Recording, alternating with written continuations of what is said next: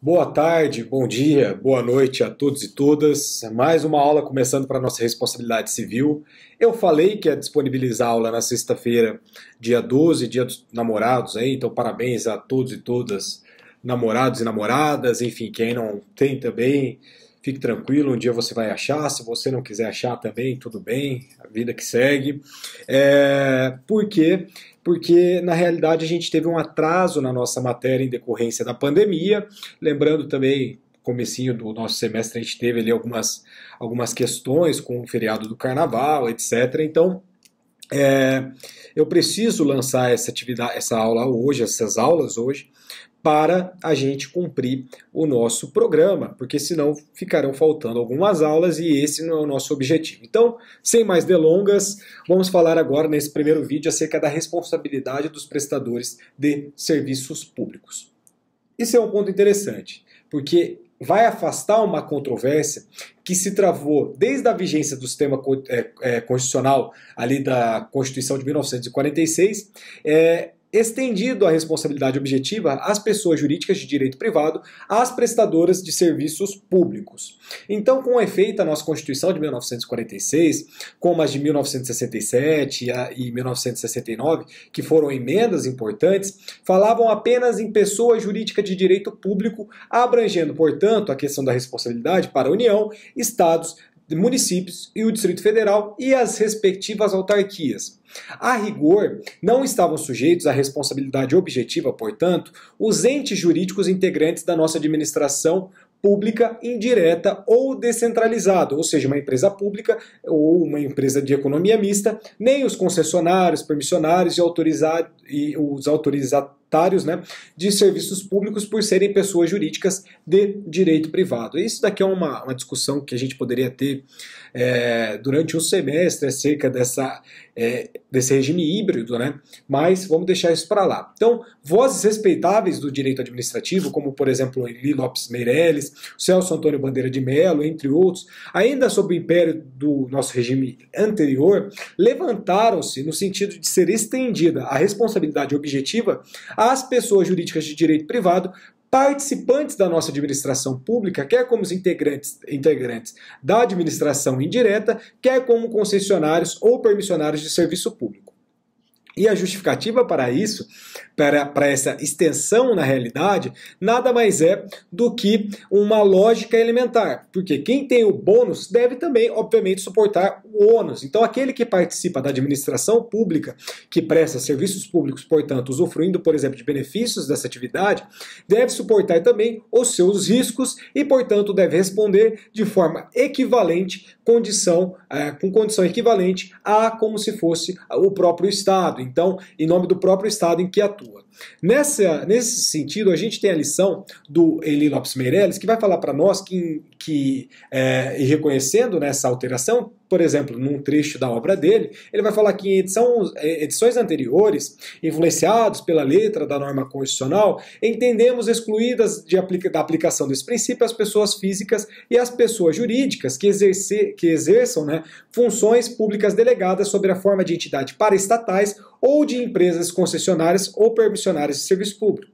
Todavia, e aqui a gente tem que dar o destaque, é que evoluímos no sentido de que também estas respondem objetivamente pelos danos que seus empregados nessa qualidade causarem a terceiro, pois não é justo e jurídico que a sua transferência da execução de uma obra ou de um serviço público originariamente público a particular descaracterize essa essência, essa essência intrínseca, natural, estatal e libere a esse executor privado dessas responsabilidades que teria o poder público se o executasse de forma direta, criando, portanto, maiores ônus de prova ao lesado.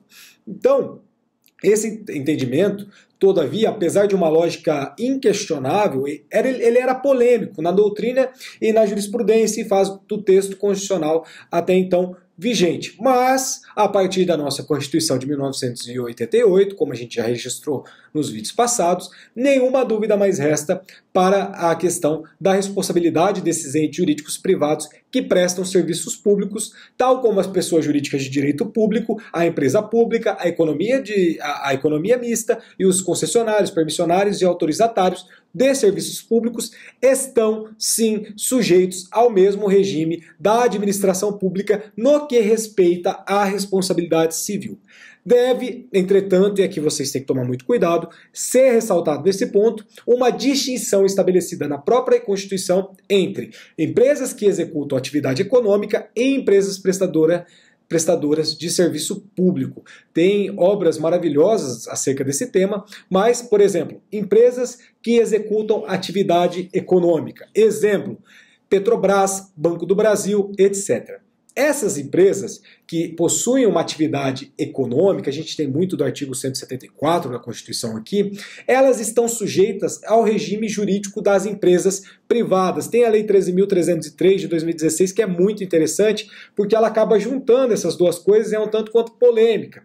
Mas vamos deixar isso também de lado, se alguém quiser trocar uma ideia depois contar isso, a gente troca uma ideia, que é uma empresa, é uma lei, melhor dizendo, a 13.303, que tenta trazer institutos do direito privado para a administração pública indireta ou direta mesmo. Então, vamos supor, governança corporativa. Está na moda falar compliance, mas a governança corporativa tem uma previsão legal dentro dessa Lei 13.303 de 2016, que é o Estatuto da Pessoa Jurídica Pública, né, das empresas públicas e das sociedades de economia mista. É um estatuto que estava previsto na Constituição de 88 e que só foi aprovado agora em 2016. Só que essa própria lei não faz essa distinção de empresas que executam atividade econômica e empresas prestadoras de serviços públicos. Então, ele equivale às duas, sendo que não tem equivalência. A própria Constituição é clara nesse sentido. O Supremo Tribunal Federal também tem esse posicionamento majoritário, porque executar atividade econômica é uma coisa e prestar serviços públicos é outra coisa, tá? Então, o exemplo, Banco do Brasil, Petrobras é atividade econômica.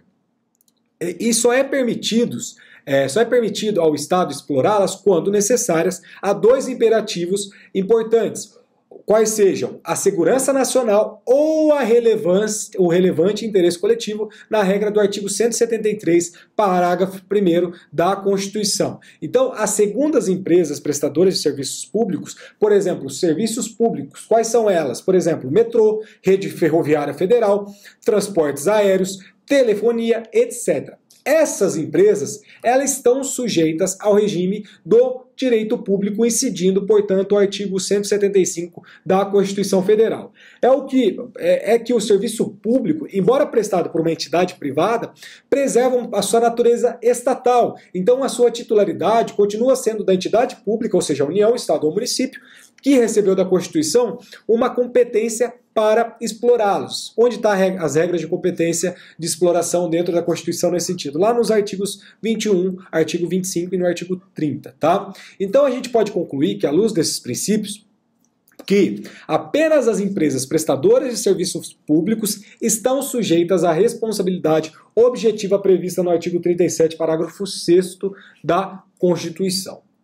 As demais empresas que executam atividade econômica respondem de forma subjetiva. Então podem, obviamente, responder de forma objetiva, não com base na Constituição Federal, mas sim com base no Código de Defesa do Consumidor, desde que enquadrado lá os artigos 12 ou 14, se elas forem fornecedoras de produtos ou serviços e se estiverem em uma relação ali de um jogo de consumo ou com base no parágrafo único do artigo 927 do Código Civil, no caso de exercer atividade de risco. Então a Petrobras provavelmente aí quase sempre vai se enquadrar numa relação objetiva, mas imaginemos que a Petrobras esteja discutindo alguma outra relação, pode sim a ser subjetiva.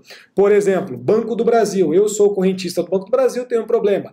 Eu vou conseguir a responsabilidade objetiva do Banco do Brasil em decorrência do Código de Defesa do Consumidor e não em decorrência da Constituição Federal. Beleza? Então, acho que a gente tem um posicionamento muito interessante que eu preciso passar para vocês através de um julgado do Supremo Tribunal Federal, que é o recurso extraordinário 591.874, dígito 2, no Mato Grosso, em que o relator, o ministro Ricardo Lewandowski, deu uma repercussão geral para dar o entendimento de que, e aqui é um trecho do voto dele, constitucional, responsabilidade civil do Estado, artigo 37, parágrafo 6 da Constituição.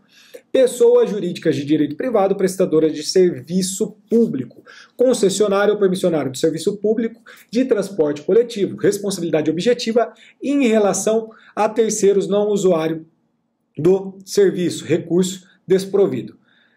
Primeiro, eu vou fazer um corte aqui que eu tô quase tossindo aqui por causa da garganta, vou tomar uma água e a gente já volta, só um minuto.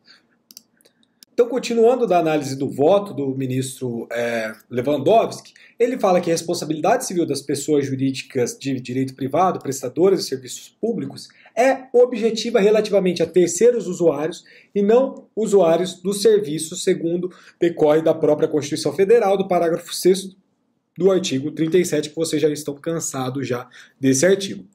O segundo ponto é que é inequívoca a presença do nexo de causalidade entre o ato administrativo e o dano causado ao terceiro não usuário de serviço público, e essa é a condição suficiente para estabelecer a responsabilidade objetiva da pessoa jurídica de direito privado.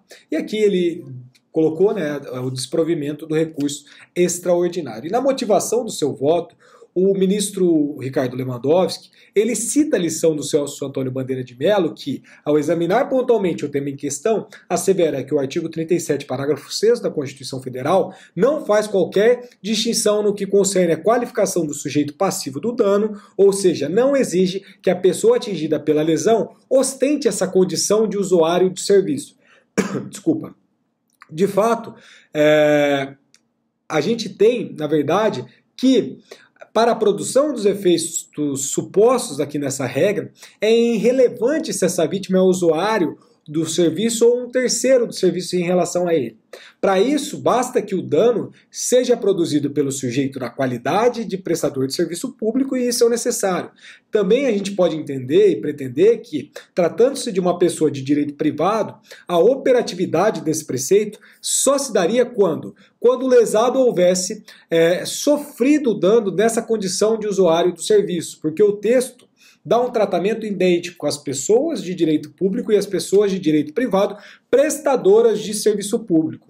Assim sendo, qualquer restrição benéfica a estes últimos, ou seja, de pessoas de direito privado que façam uma atividade pública, valeria também os primeiros, e ninguém jamais teria uma limitação à própria responsabilização do Estado. Então, com fundamento nesse argumento, o Celso Antônio Bandeira de Mello, ele fala para nós que não se pode interpretar de forma restritiva ao alcance do artigo 37, parágrafo 6º da Constituição.